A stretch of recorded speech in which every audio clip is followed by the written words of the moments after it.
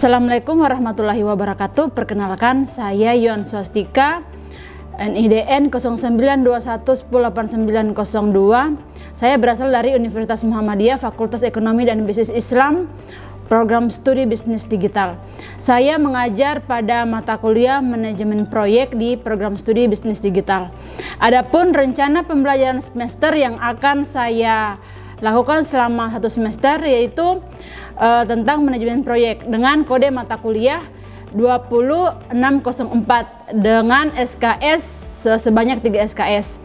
Adapun capaian pembelajaran dalam mata kuliah manajemen proyek ini yaitu bertakwa kepada Tuhan Yang Maha Esa dan mampu menunjukkan sikap yang religius, menjunjung tinggi nilai kemanusiaan dalam menjalankan tugas berdasarkan agama, moral, dan etika.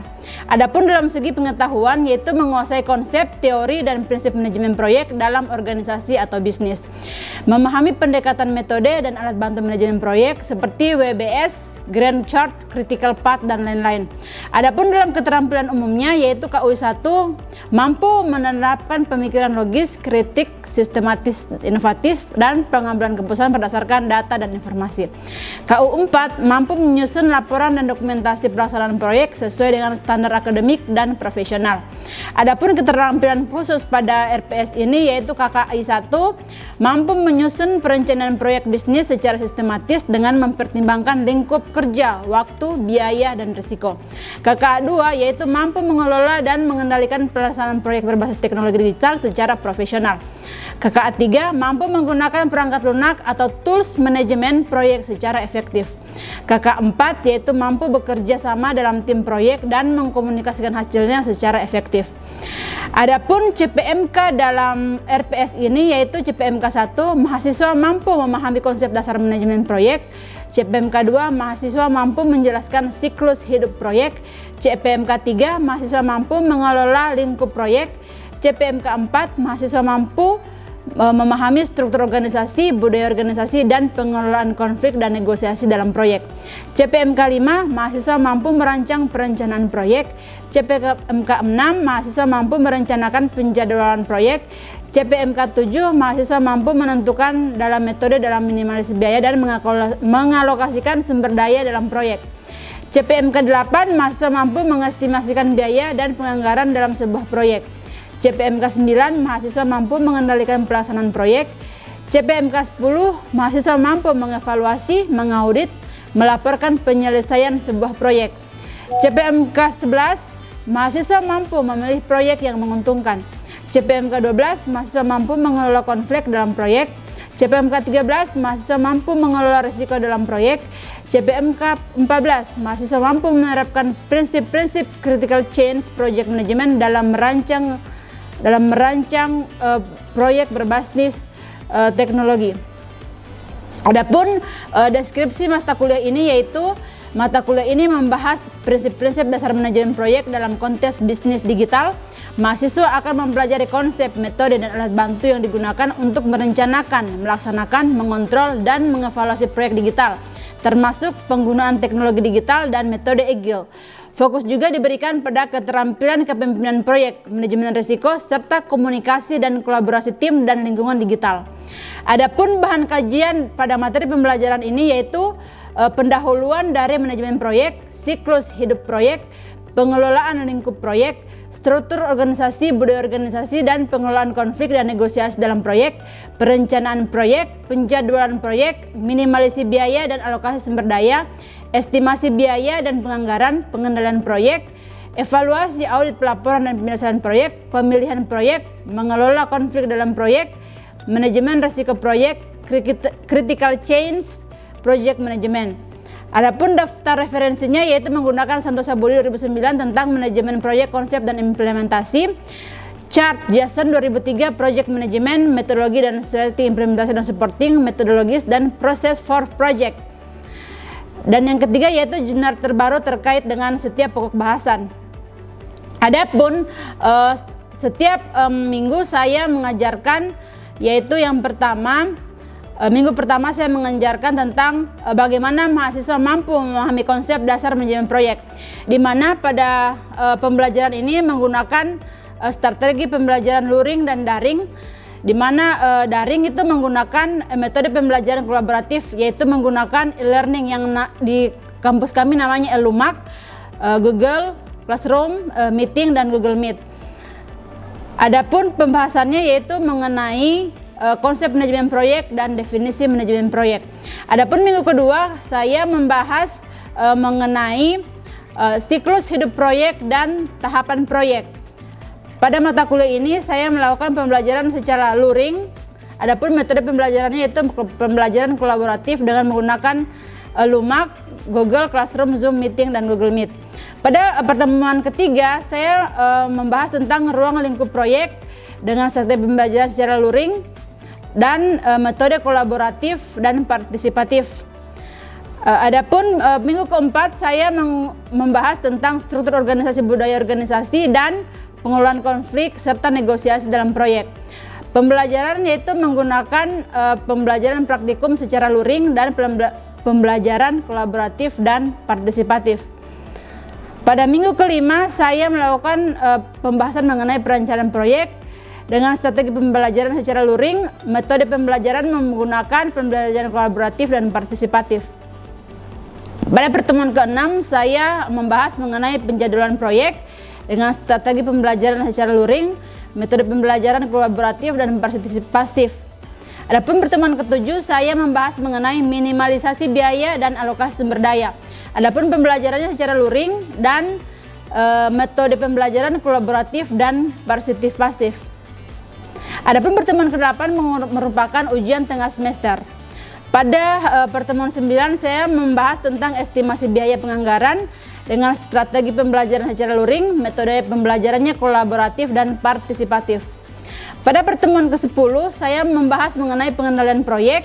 Adapun strategi pembelajaran secara luring, metode pembelajarannya kolaboratif dan partisipatif. Pada pertemuan ke-11 saya membahas mengenai evaluasi proyek, audit proyek, pelaporan dan penyelesaian proyek. Adapun strategi pembelajarannya secara luring, metodenya melakukan pembelajaran kolaboratif dan partisipatif. Pada pertemuan ke-12 saya membahas mengenai pemilihan proyek, di mana menggunakan strategi pembelajaran secara luring, metode pembelajaran menggunakan kolaboratif dan partisipatif. Pada pertemuan ke-13 saya membahas mengenai konflik dalam proyek, di mana strateginya pembelajaran secara luring, metodenya menggunakan pembelajaran kolaboratif dan partisipatif. Pertemuan ke-14 mengenai manajemen risiko proyek, di mana strategi pembelajaran saya gunakan secara luring, metode pembelajaran kolaboratif dan partisipatif. Pertemuan ke-15 saya membahas tentang critical change project management, strategi pembelajaran secara luring, metode pembelajarannya kolaboratif dan partisipatif. Adapun pertemuan ke-16 yaitu masuk pada final atau ujian akhir semester. Terima kasih atas pemaparan RPS ini. Berikutnya saya akan tampilkan video pembelajaran dalam kelas mengenai mata kuliah manajemen proyek. Assalamualaikum warahmatullahi wabarakatuh. Waalaikumsalam warahmatullahi wabarakatuh. Apakah hari ini sehat? Oke, baiklah, sebelum kita memulai materi hari ini, kita berdoa menurut agama dan keyakinan kita masing-masing. Doa dimulai.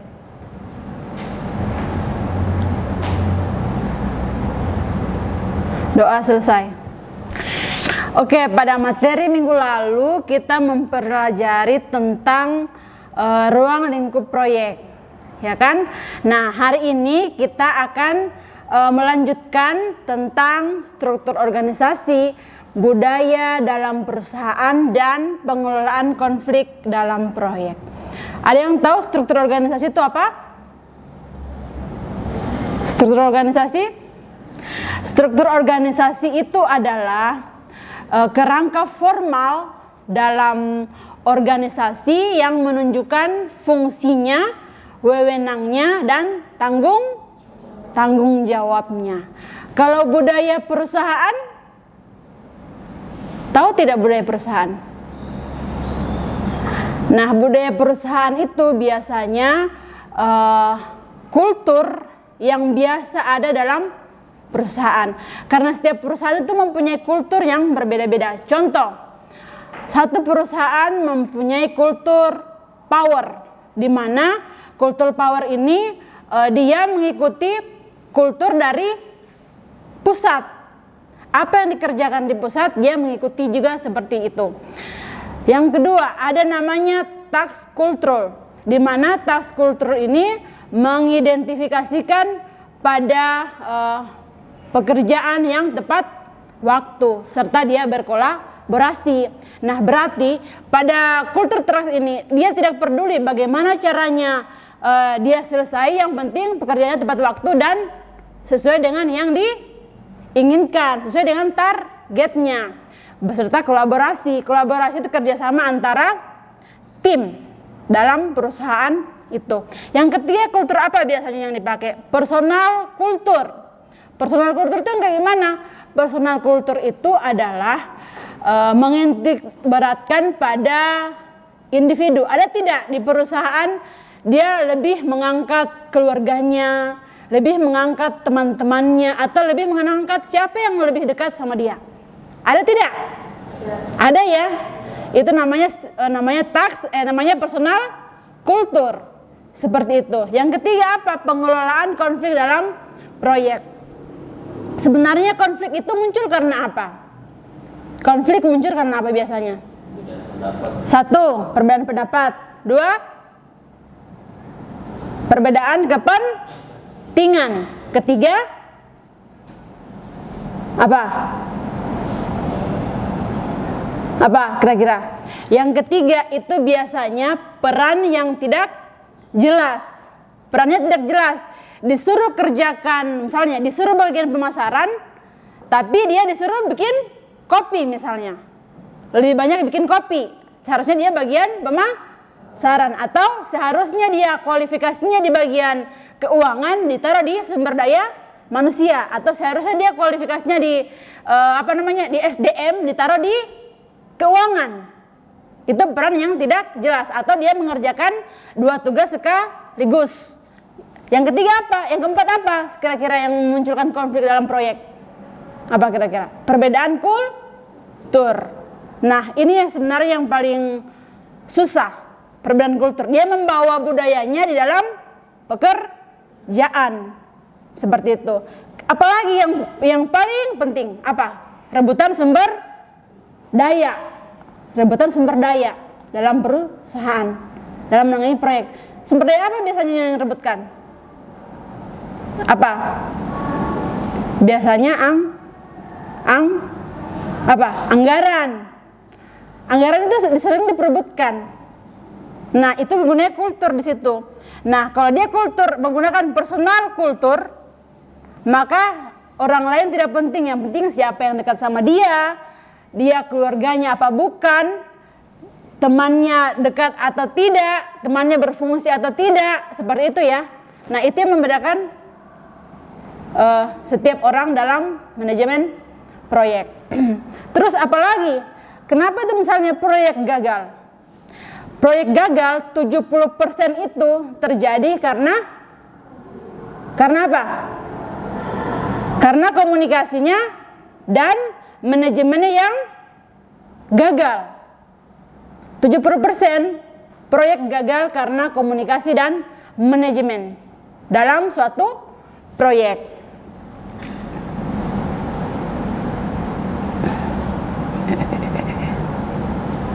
Oke, struktur organisasi dalam proyek. Apa saja struktur organisasi dalam proyek? Yang pertama, struktur fungsional. Yang bagaimana itu struktur fungsional? Struktur fungsional itu dia tim yang terpusat dari departemen asal. Contoh, orang dari departemen pusat, orang pemasaran, ya kan? Nah, orang pemasaran itu harus dipakai di mana? Di proyek ini. Harus dipakai proyek ini. Terus gimana? Apa yang harus dilakukan oleh departemen yang ada di sini? Dia harus menyediakan lingkungan yang stabil, ya kan? Terus yang kedua apa? Yang kedua apa? Matriks. Matriks itu yang kayak gimana matriks? Matriks ini kebanyakan adalah mengelola proyek yang besar. Proyek besar siapa yang mengelola? Ya si matriks di sini. Kenapa dia matriks mengelola proyek besar? Pertama, dia mempunyai keahlian, apalagi pengalaman, apalagi sumber daya, apalagi kemampuan berkolaborasi. Terus yang ketiga apa? Namanya proyek. Nah, proyek ini dia lebih mengelola satu proyek. Tim yang memang dikhususkan hanya mampu mengelola satu proyek. Dia tidak bisa mengelola lebih dari satu proyek. Beda dengan matriks ya, seperti itu. Nah, terus bagaimana peran dan wewenang utama dalam proyek? Apa yang dilakukan? Pertama yang dilakukan oleh manajer proyek. Apa yang dilakukan manajer proyek? Yang dilakukan manajer proyek itu adalah mengambil tanggung jawab hasil akhir dari anggaran. Dia harus bertanggung jawab dari awal sampai anggaran itu harus cukup, karena dia merupakan tanggung jawab utama dalam pengelolaan proyek. Yang kedua apa? Kedua apa? Manajer fungsional atau pemimpin tim. Pemimpin tim ini dia di bawahnya dari manajer proyek. Apa gunanya dia? Dia memimpin sub-sub tim yang ada di lapangan. Nanti setelah itu dia akan melaporkan kepada manajer proyek. Itu perannya dari manajer fungsional. Yang ketiga itu anggota tim proyek.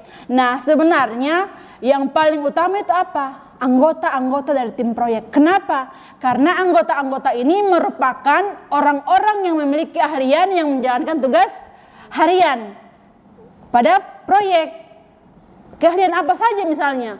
Kalau misalnya kita membangun perumahan, kita membangun perumahan. Apa saja yang kita lakukan sebelum memulai proyek perumahan? Apa saja coba? Satu. Yang kalian lihat biasanya sebelum membangun perumahan apa? Kita mencari tahu kebutuhan apa saja yang disukai oleh konsumen. Pertama apa? Bebas banjir, ya kan? Habis itu apa? Bebas banjir. Terus tanahnya rata, pusat kota. Apalagi? Yang kalian suka dekat mall. Apa? Aksesnya jalan, sekolah, rumah sakit dan lain-lain itu harus lancar. Terus apa lagi? Kita tinjau SWOT-nya. Apa sih SWOT? SWOT itu apa? Kalian pelajari pemasaran SWOT itu apa kira-kira? Satu, peluang. Terus apa lagi? Habis peluang apa? Tantangan. Habis tantangan apa? Analisis SWOT. Peluang, tantangan,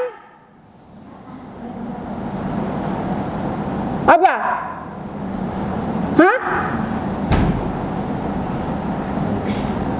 Analisis SWOT yang kalian pelajari pemasaran itu apa? Manajemen proyek itu dia menggabungkan beberapa keahlian. Pemasaran ada, ya kan? Keuangan ada, teknik sipil ada. Terus apa lagi? Arsitek ada.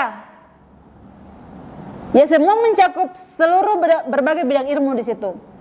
Nah, habis SWOT apa? Yang ketiga adalah melihat apa kira-kira? Satu, kebutuhan konsumen. Dua, SWOT. Yang ketiga apa? Kalau mau bangun perumahan ini apa? Kira-kira dalam pikirannya kalian apa kira-kira kalau mau bangun perumahan? Harga. Mau subsidi kah? Mau komersial? Kalian beli yang mana kira-kira? Subsidi apa komersial? Subsidi. Nah, subsidi. Kenapa orang suka subsidi misalnya? Kenapa orang suka perumahan subsidi? Kenapa? Satu, Murah. harganya murah. Dua, apa kira-kira?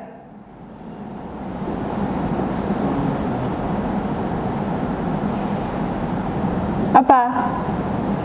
Selain harga murah, terus biasa ada tidak sih yang tinggal di BTN? Ada? Kenapa memilih BTN subsidi? Kenapa memilih BTN subsidi? Ceritanya. Satu, kenapa? Harganya murah, cicilan ya. Kalau harga itu kecuali beli satu kali, kan cicilannya murah dibanding komersial. Terus lokasi gimana lokasi? Lokasi Tunggala, berarti masih prospek, masih prospeknya bagus ya. Berarti kalau BTN yang subsidi yang di Tunggala bagus berarti. Terus apa lagi kira-kira? Intinya mudah dijangkau, sama menengah ke atas atau masyarakat biasa. Kalau komersial kan dia agak mahal ya. Pertama harus ada biaya satpamnya, harganya lebih mahal. Terus memang dia aksesnya lebih bagus. Misalnya kalau BTN subsidi dia jalannya tanah, kalau komersial di aspal. Di dalamnya ada supermarket.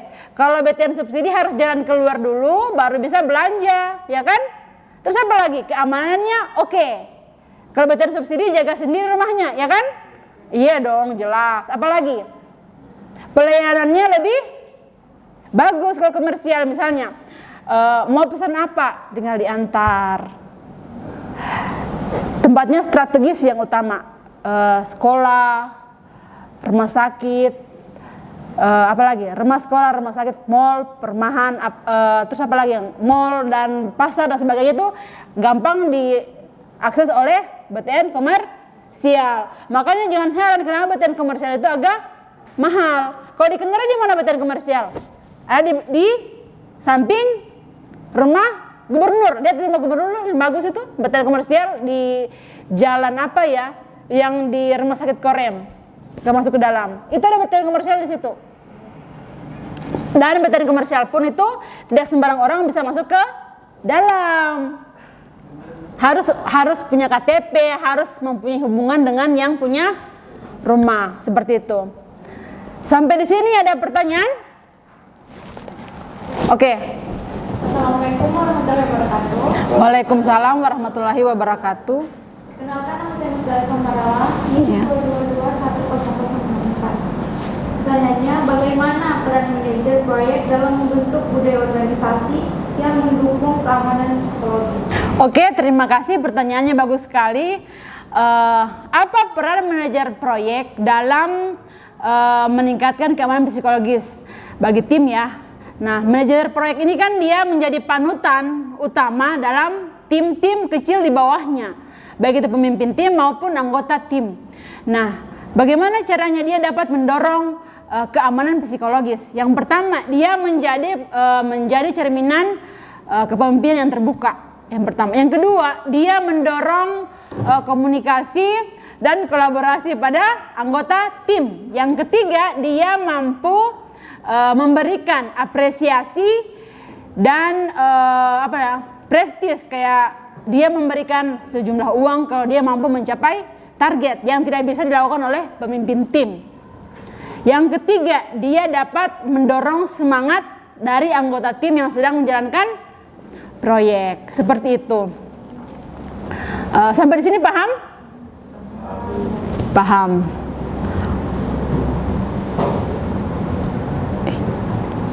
Nah, sistem delegasi dan rantai komando. Nah, dalam manajemen proyek itu ada namanya delegasi tanggung jawab. Nah, delegasi tanggung jawab itu dia memberikan tanggung jawab kepada bawahan di bawahnya yang satu tingkat. Misalnya, manajer proyek memberikan delegasi tanggung jawab kepada pemimpin tim. Nah, meskipun dia memberikan delegasi tanggung jawab kepada pemimpin tim, dia tetap mengontrol dan memberikan masukan jika ada hal-hal yang kurang berjalan atau yang kurang sesuai dengan dalam penjalanan proyek, seperti itu. Rantai komandonya jelas, misalnya sistem pelaporan formal. Misalnya anggota tim memberi pelaporan kepada pemimpin tim. Dari pemimpin tim memberikan laporan dari laporan rangkuman dari berbagai tim kepada manajer proyek. Seperti itu namanya rantai komando dan delegasi. Sampai di sini ada yang belum dipahami? Oke. Demikian mata kuliah hari ini. Nanti kita ketemu lagi pada pertemuan selanjutnya dengan materi lanjutan dari materi hari ini. Terima kasih semuanya. Assalamualaikum warahmatullahi wabarakatuh. Hati-hati di jalan ya.